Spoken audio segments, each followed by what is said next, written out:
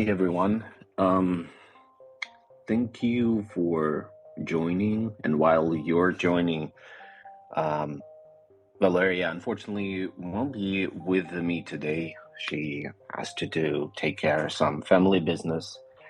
Like most Ukrainians, taking care of their families in a war zone is a second job, full-time job by now. But um, we'll keep it tight this time around.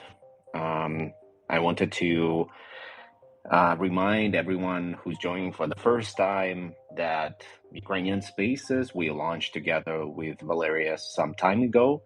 And the main goal is to amplify Ukrainian voices, but also decolonize Ukraine conversations on Twitter. So we see millions of Ukrainians, we know millions of Ukrainians with perfect English um, sharing their stories across all social media platforms. Yet the conversations about Ukraine are still dominated by Western, mostly white and mostly male folks. Not only it continuously robs Ukrainians of their agency, it also perpetuates outdated, misleading, and false narratives about Ukraine and Ukrainians. So we want to foster a relaxed, um, chill, and safe space for Ukrainian voices to express themselves without the need of fitting Western boxes. And the rest can use the space to educate themselves and to decolonize their views of Ukrainians.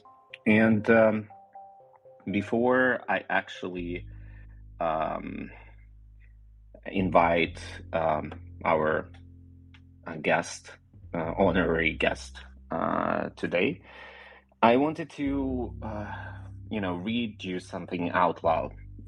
This is kind of a new tradition. Last week we read you a first person account from Mariupol, and today I came across this report. It's not a report. It's first a collection of first hand accounts from the um, western suburbs of Kiev. Those, 3, 4 cities that are now associated with the worst crimes in the Ukrainian genocide, Irpin, Hostomel.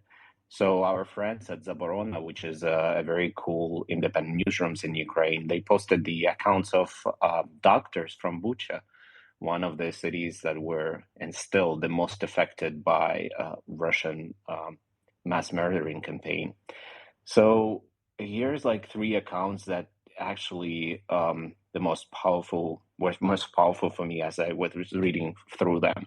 The first one is from Lesia Alexeyevna. She's the head nurse at one of the Bucha hospitals. So she writes, "We got lost in the dates. We get exhausted for a couple of hours and close our eyes, and then there is another explosion, another shooting. The patients sleep in their beds, the staff sleeps anywhere, on the mattresses or a sofa or a chair. You rest and then you work and work and work, and many of us do not know where our relatives are or whether they are alive, but we don't think about it at all. All of us are needed here and now. And not just the soldiers that come into the hospitals, but whole families and children. It's hard to bear."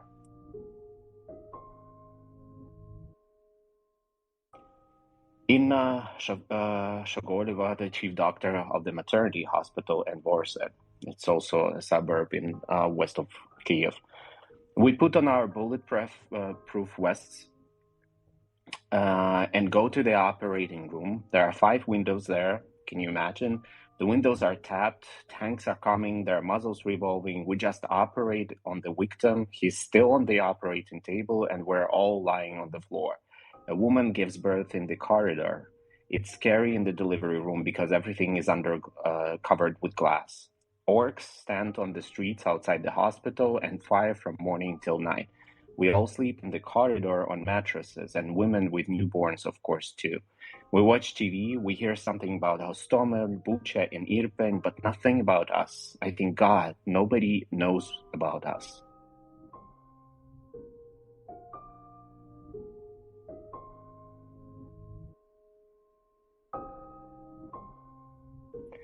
And here's the last one from Anton Dovzhyk. He's the chief doctor in Bucha, in one of the Bucha hospitals. I saw shot cars with children, scattered toys, burned corpses. I saw dogs eating people's bodies. We collected the bodies of those who died in the hospital and those brought to the pathological anatomy department. We tried to identify them, dug a mass grave. We buried 67 bodies on the church's grounds.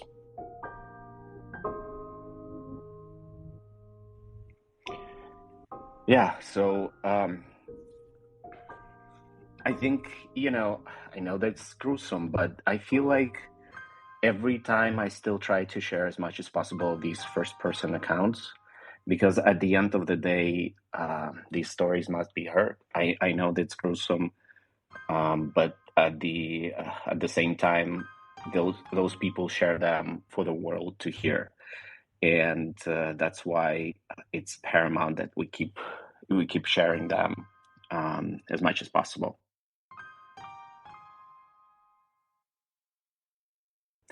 Okay, so come on, guys. Now I'm trying to invite our guest.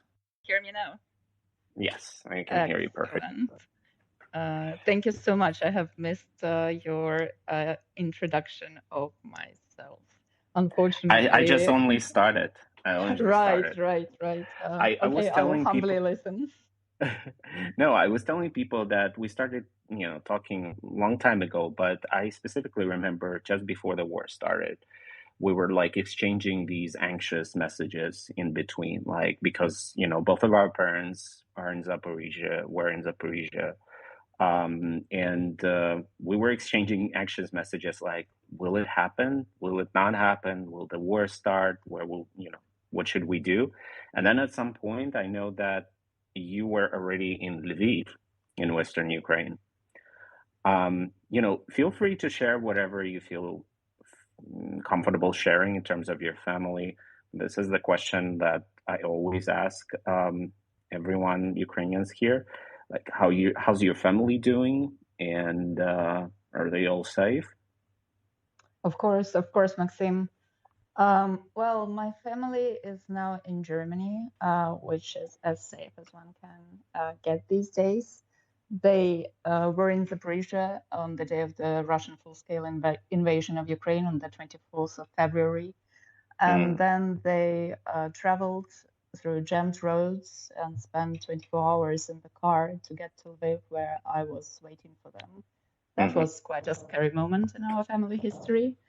But since then, I have managed to send them abroad, and now they are safe. Luckily. How is your family? Well, it is what it is. They're still there. But I'm just wondering, my impression was you was so composed. We were exchanging like whether we should take our parents out immediately, and you were like so chill about it. And it could be my impression, but then at the end of the day, your parents are in full safety, mine are not. But how did you figure out? I was totally oblivious until the very last hour. I was like, oh, it's gonna pass, it's gonna be fine, which is fine reaction. But yeah, what was it like for you those days before, and why you decided that, yeah, this is the time to act, I need to do it now, I need to get my loved ones in safety now?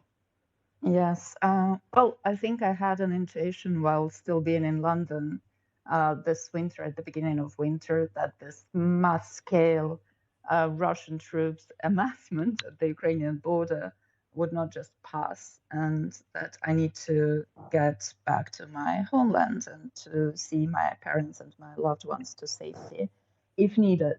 But I can't actually, articulate this nightmarish reality when it's not yet come to pass.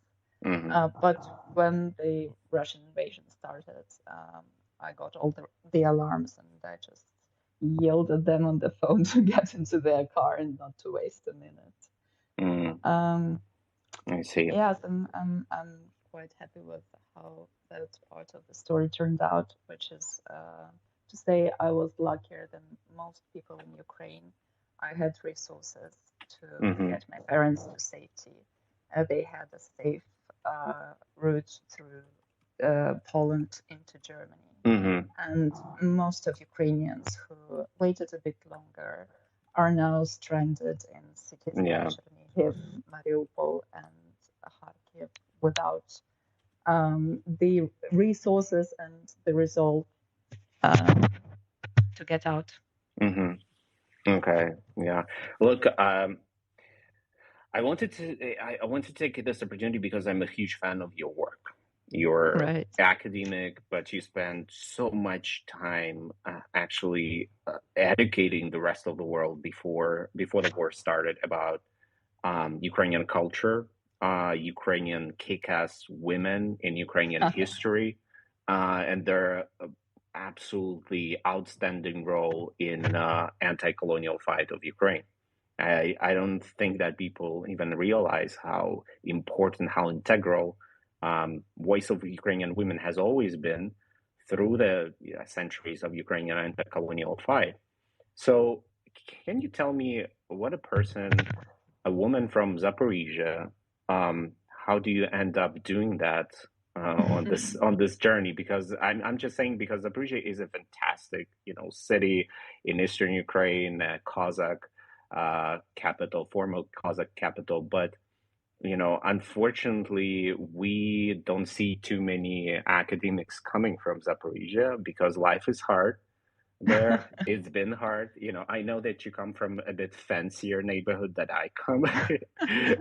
It was a journey, Maxim. Yeah. Yeah, but tell me, please, like, how do you end up doing that? Because the first time I checked you, I was like, wow, this must been enormous journey for you. Right. Thank you so much for your praise. It's amazing to hear this from a person whom I admire personally for raising awareness of Ukraine and our political nation and our struggles internationally on such a high level and for so long. I'm also very happy to find another fellow Zaporizhian native on the internet and out there beyond the city's limits, speaking for our country. I would add another voice to this Zaporizhian chorus, and it's Serhiy Plokhy, the Harvard professor of Ukrainian history, who has Oh yeah. written very prolifically on Ukraine and its significance and its place as the gate of Europe and its history of cultural, military resistance to neighboring empires.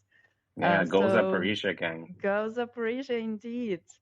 I'm currently a special projects curator at the Ukrainian Institute London.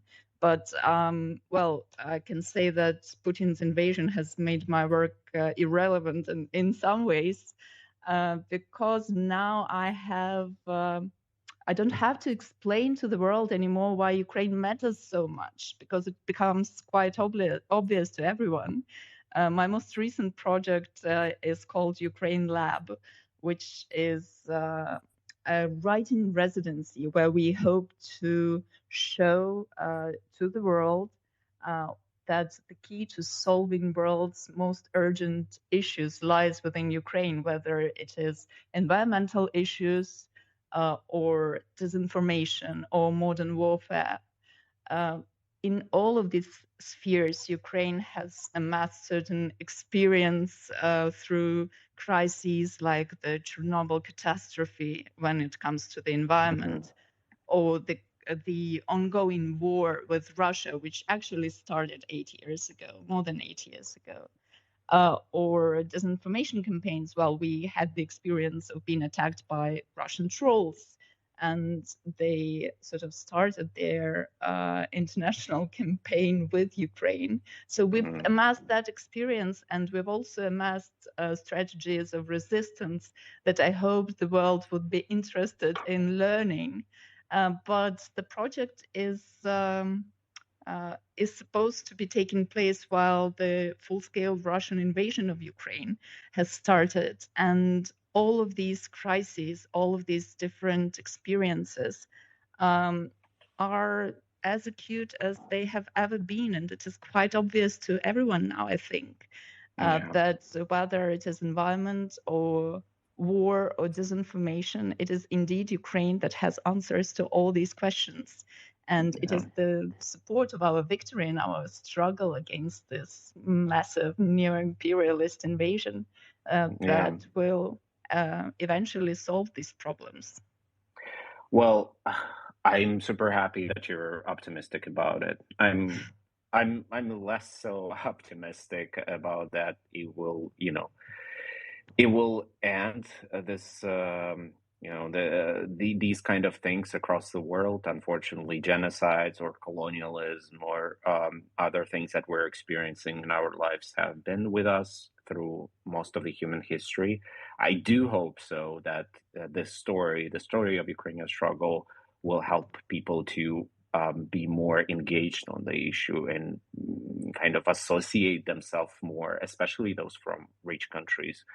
I wanted to, Val is not with us. She's co-founder, co-boss for Mm-hmm. Ukrainian Spaces, but she's posted on her Instagram, and you should definitely check her Instagram. She's doing fantastic work on visualizing a lot of cool facts about Ukraine. And she posted recently a thread on Instagram about Ukraine's spirit of resistance through female voices. Mm-hmm. And she features Lesia Ukrainka, Natalia Kobrinska, Maria Primachenko, and Natalia Polonska-Vasilenko, Alla Horska, many others who were powerful anti-colonial female voices in Ukraine and kind of shaped the voice of Ukrainian anti-colonial struggle.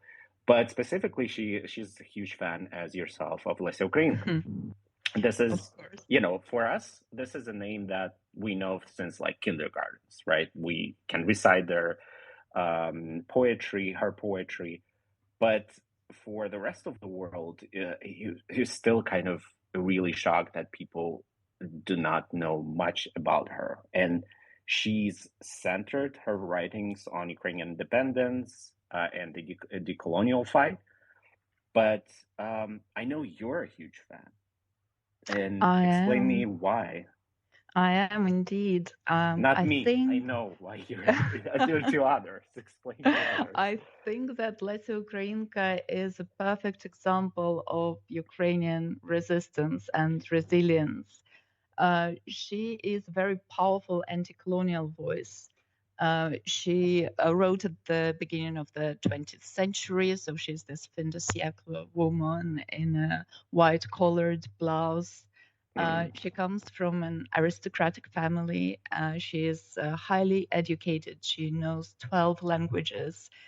She translates, she writes, she educates, and she subverts the Russian misrepresentation of Ukrainian culture and Ukrainian literature, this provincializing view of Ukrainian culture as only fit to describe, peasant life Yeah. and only fit for folk songs.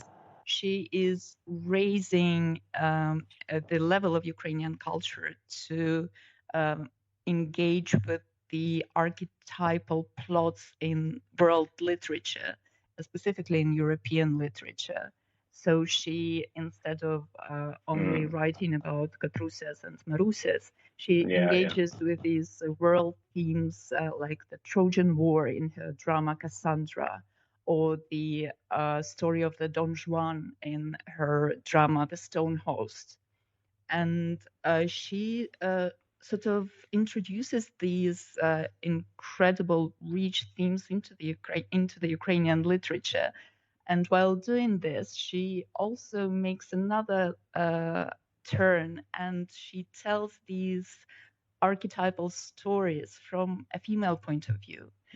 So hers are retelling of these key European myths from a feminist perspective. For example, the story of the Trojan War is told by Lesia Ukrainka through the voice of Cassandra, the tragic prophetess who is cursed by God to always know the truth but never to be believed by her compatriots. And I think this particular figure is so resonant today with so many Ukrainians who have been telling the world about the danger of the Russian escalation of the Russian war for decades, actually. And have never been believed till lately. So Cassandra is becoming emblematic of our fight now. Yeah, Lesia absolutely. Ukrainka, she, like Cassandra, is a tragic heroine. Lesia Ukrainka is not a poet of, hope and optimism, but she's a poet of an unbeatable moral clarity and resilience. And I think that this is the lesson that she can teach us. Yeah, you can. Um, I encourage everyone to check it. I mean, I think it's very powerful that you mentioned that it still resonates extremely well, especially today. So there were Ukrainians in 19th century and in 17th centuries who were writing this. And when you read it, especially these days, and I read a lot of it these days, you kind of shocked. I mean, I know it by heart since childhood, but now in this situation, you're shocked how relevant it is. So mhm, we've been, for generations, we've been trying to tell the world what is happening to help them understand it through anti-colonial power, anti-colonial fight against imperial power, Russians, and yet people wouldn't listen. And yeah, but you know what? Before, yeah, I wanted to quote actually Lesia Ukrainka. This is something I of found course. today because you said that she's definitely not the most cheerful person.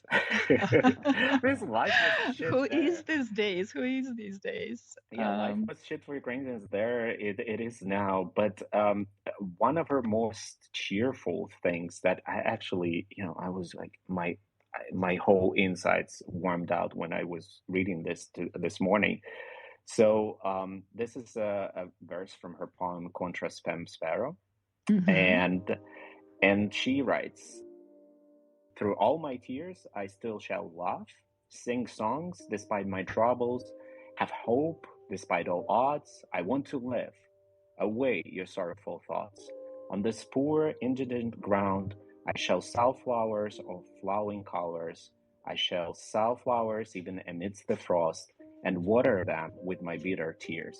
And from those burning tears will melt the frozen crust, so hard and strong, perhaps the flowers will bloom and bring about for me a joyous spring.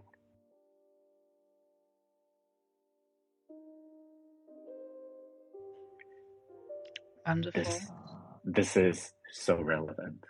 It's just Wonderful. yeah, but um yeah, can you tell me more about the what do you think is the biggest misconception about Western foreign misconception about a female powerful figure such as Lesia Ukrainka in Ukrainian history? Yeah, of course. I think it ties nicely to this idea that Ukraine would be defeated in 3 days. That was bought by most of the Western media, who kept being surprised by our resistance and for with our fight. Well, it's basically because of the acceptance of Russian misrepresentation of Ukraine as somehow lacking in agency, lacking in subjectivity. So I think the problem lies with the acceptance of the Russian misrepresentation of Ukraine as a political non-entity, as a nation that lacks subjectivity, lacks agency, and is somehow culturally insignificant. Um, this is obviously supported by the Russian money and the imperial cultural dominance of Russia in the international cultural space. And I think that nowadays it is also exemplified by the resistance that Western cultural institutions are putting up against the demand to cancel, so to speak, Russian culture, to boycott Russian culture, not to invite Russian artists and Russian public intellectuals to some kind of reconciliatory roundtables with Ukrainians, while Ukrainians are being slaughtered literally by the Russian Mhm. army. Uh, Yeah. it's very important for us now to decenter this view of Eastern Europe and to counter the Russocentric view of our region with the more diverse, more polyphonic, conception, which implies that Russian avant-garde is actually an umbrella term that is completely skewed, and it usually unites authors and artists of Ukrainian, Belarusian, Jewish origins. And it is the imperial dominance that has allowed Russia for so long to misrepresent all these cultures and to steal their cultural heritage. Yeah, yeah, absolutely. We can talk about Ukrainian culture for like literally days, and I'm not even, academic or a specialist. I'm just, a regular person who's educated about it, and it just makes me mad, especially these days as we're going through genocide, that still Ukrainian culture is being linked on those arenas with Russian culture. And all initiatives when it comes to bringing light to our culture these days, very often, especially in Western institutions, are linked into the same arena with focus on Russian culture.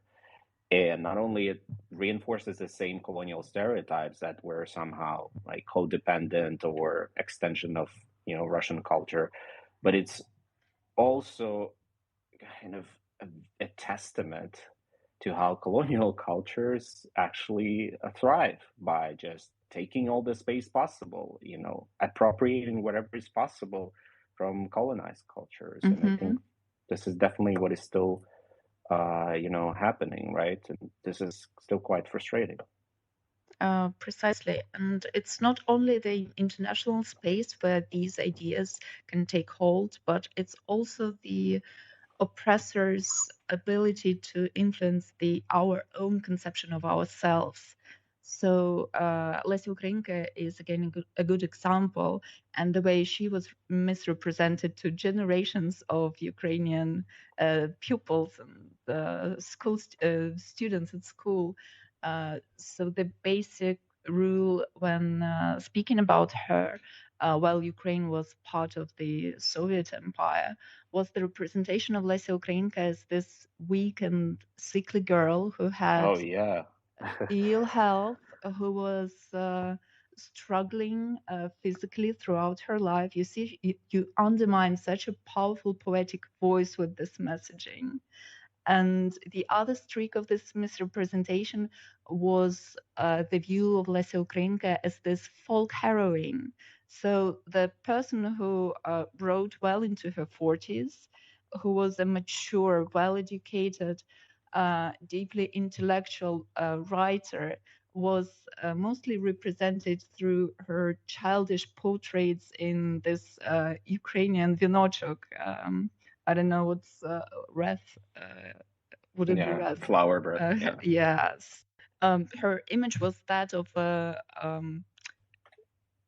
girl, and a sickly girl at that, and a girl with this low folkloric background, while in fact she was a highly educated woman of aristocratic origin who spoke, as I have mentioned, not spoke, who knew 12 languages and wrote some of the most powerful anti-colonial, feminist, cosmopolitan works in the world literature.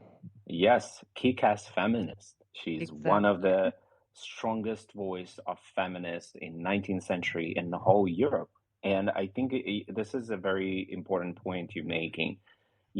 Something that a lot of people should also know about Russian colonial rule, that it's extremely macho and it's extremely disregarding to gender equality, and it's based on this extreme version of patriarchy. That's why all these fantastic female voices that we had in our culture in Ukrainian, but also in Georgian culture, in in Moldovan, Belarusian culture, in all other colonized by Russia cultures, they were misrepresented for us. I remember it since like I was a kid, although I went to school during early independence years, but still this representation was affected by decades and decades of rewriting and raising their voices. And Yeah, another thing that I learned only later is that Lesia Ukrainka is also highly valued by queer community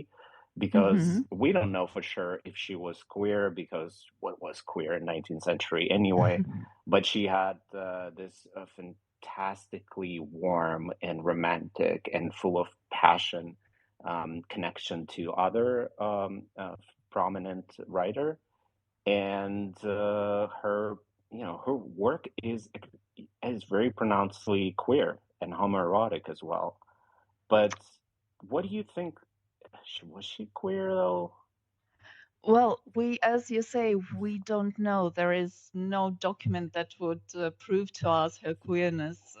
And I think it's not as important as her writing, which is queer when we think about queerness as a transgression of patriarchal norms and hierarchies. Then Lesia Ukrainka is as queer as it gets. Her intimate friendship with Olga Kubelanska, which is the record of which has survived through their correspondence, through their letters. Basically, Lesia Ukrainka writing to her fellow feminist writer Olga Kubelanska is the most beautiful queer writing you would probably encounter in Ukrainian and maybe European letters at the time. It's comparable to Virginia Woolf and Vita Sackville-West's romance in letters. It is also a proof that they were looking for some kind of new language while being surrounded by the patriarchal structures. Mm, Don't get me wrong, Ukrainian society at the end of the 19th, beginning of the 20th century is also highly patriarchal. And these kickass feminists resist these structures by also stealing the language from the oppressor, from the masculinist literary discourse and queering it, finding new structures to express their feelings for each other. And this is a beautiful exercise in resistance again.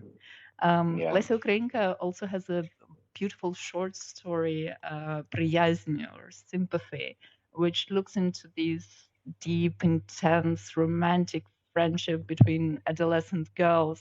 And it is such a universal experience, I guess, for many of us. And many of us would recognize our feelings in this story. When we read it today, it sounds absolutely contemporary and relevant.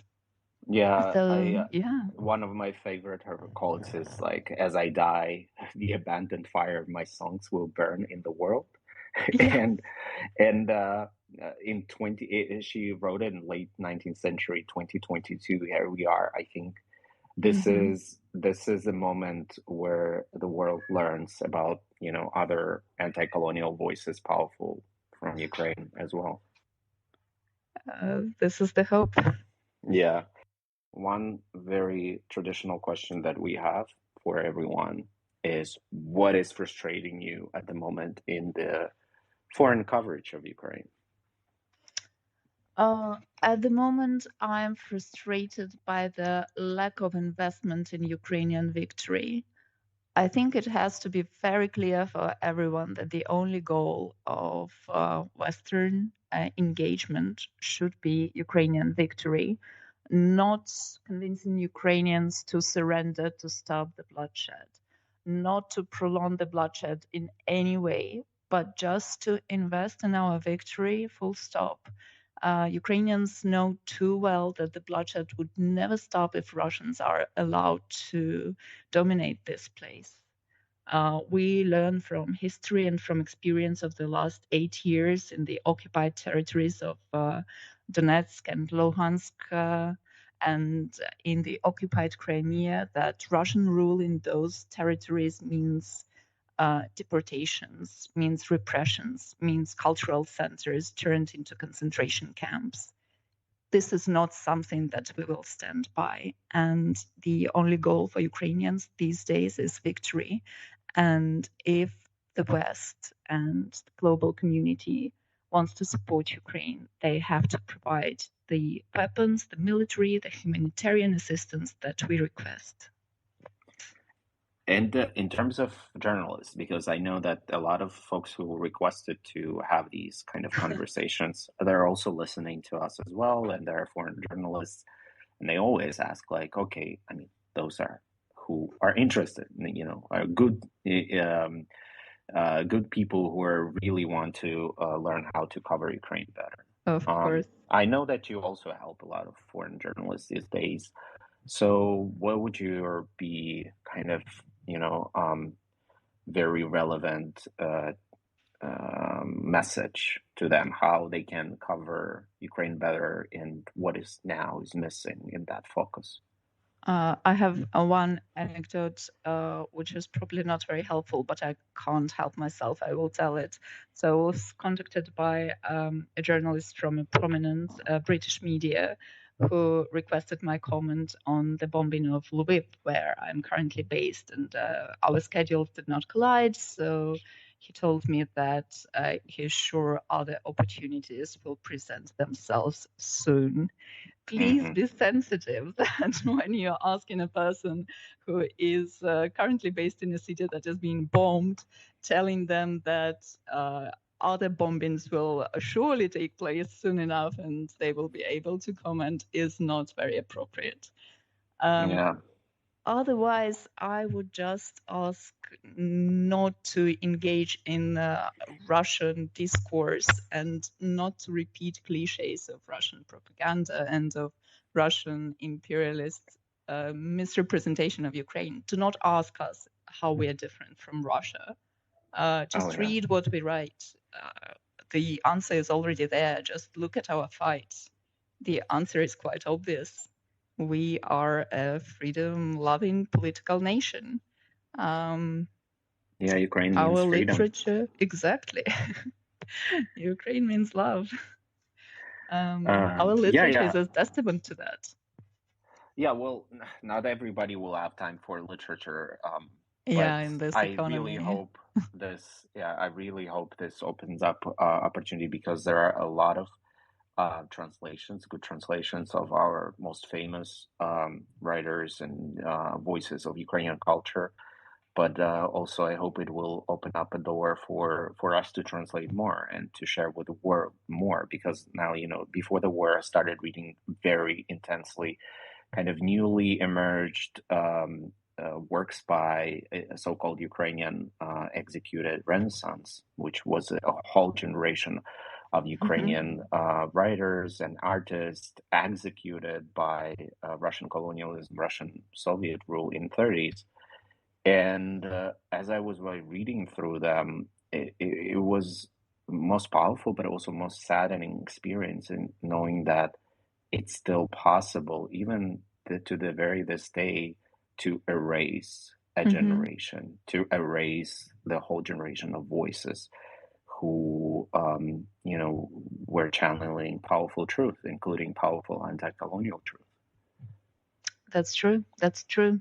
As you Uh, know probably too well, the house in Kharkiv, the so-called Slovo house, where most of that generation of writers were based, lived, was bombed by the Russian military. So that place has been partially destroyed. They keep erasing our history even today. yeah, absolutely, and it was it was a very powerful moment as well, a reminder. Is it something that you would suggest people to look for and educate themselves, or to read these days when it comes to Ukrainian writing? Absolutely. And I think that generation is particularly interesting because it combines the anti-colonial optics with socialist optics. There Mm, is this view of Ukraine as a deeply chauvinistic and nationalist country, thanks to whom, haha. Actually, we have a powerful socialist tradition. Lesia Ukrainka, mm, my heroine, was a socialist, and so were some of the writers, most of the writers actually, of the executed Renaissance of the 1920s. So it would be eye-opening indeed to engage with their ideas, with their writing, and to see where they were perhaps a bit blind to the Soviet ideology and what it did to them. Oh yeah, actually, it's a fantastic point. The most of them executive resistance were like kick-ass socialist and communist. And I was a bit hesitated, to dig deeper into it. And it's just, okay, I'm not a fan of far right or far left ideology, but then when you read through it, this is like a missing link of all Mm-hmm. those people who claim to be anti-imperialist and anti-colonial in the West. They just completely ignore these kind of voices who were communist, far right, far left, socialist. Mm-hmm. However, they were very, very strongly anti-colonial as well, and they were very explicit about exposing Russian colonialism specifically. This just, especially how they actually learn through the process of, Yeah. um, divorcing from any naivete about Soviet rule, and how they come to realize that this is just another stage of Russian colonial rule over Yeah. Ukraine with just different name, right? Yeah, it's a deeply tragic story. I would suggest looking into Mykola Khviliovy, who was the leader of that generation and who was romanticizing the Soviet ideology. He was a revolutionary writer, and then after he witnessed the genocide of Ukrainian people, the so-called Holodomor, of the 1932-1933, he was disenchanted, so to speak, with the Soviet ideology, and he could, his way of solving this moral, ethical uh, issue was suicide. He killed himself. And many others of his fellow writers were sent to Gulag and were killed by the Soviets. Look, I wanted to, lastly to ask you, in in general, I know it's very hard to pack, and we will come back to this topic in general. But since you're coming from a bit similar background with me, from the same, city, where there's always been very hard to come in terms of your Ukraineness, kind of In Russian terms of speaking, my, see, sorry, I didn't catch that. Yes, Ukrainianness. of course, of course. Yeah, so I know, yeah, I repeat it very often that for many people, especially those who come like from mixed background, ethnically in Ukraine, like myself, it's Mm-hmm. been a choice Mm-hmm. to call yourself and identify Ukrainian. Mm-hmm. And I know that I suspect your journey was quite similar, because we were raised not very often in the most kind of Ukraine-friendly environment, especially Of course. for places that basically is synonymous with Russian colonialism and erasure of Ukrainian identity, like Zaporizhia, for example. Mm-hmm. Yes, indeed. I come from a Russian-speaking family in Zaporizhia, which till the arrival of the so-called Ruski Mir, Russian world, were the majority of families in Zaporizhia. More and more of them are switching to Ukrainian now, for obvious reasons. Well, only one of my grandparents was Ukrainian. I'm mixed Russian, Jewish, and Ukrainian person. And it was indeed a choice for me to engage with this project of Ukrainian statehood, Ukrainian liberation, Ukrainian resistance. I was seduced by the idea of freedom and resistance to what nowadays is absolutely obvious an evil empire to the east of us. I chose my Ukrainian identity, as many people in our region have done, and I'm very proud of doing that. It's a privilege and an honor and a responsibility. Yeah, yeah, it's almost everyone who's been to our guests. You Yeah. keep saying the same thing because Yeah. we want to feature as diverse voices as possible from Ukrainians, and this is always the message that This is the biggest misconception about Ukrainian identity, that it's related to race or ethnicity or other 20th century bullshit, when in fact Exactly. it's 100% about values first: freedom, anti-colonial kickass values of freedom, democracy, equality as We well. Well, rock, we just rock, Maxim. It's just impossible to resist the allure of all these values. It's just a privilege to engage with people who are tied to this country, to this political civic nation, and who are kicking ass these days. Yep. Okay. Thanks so much, Sasha. It was like really, it was really touching and very cool. I know that we can talk about Ukrainian culture, and we should talk about much more. We should concentrate on some specifics, but I'm really grateful for you to spend some time to educate all of us about female anti-colonial voices in Ukrainian history and culture, and how they're so fucking relevant still until this very day. True. It I was my huge pleasure and privilege again. Thank you so much for inviting me. It's just amazing to hear from one of my heroes in the media space. yeah, thank you. This mutual fangirling will never stop. Exactly.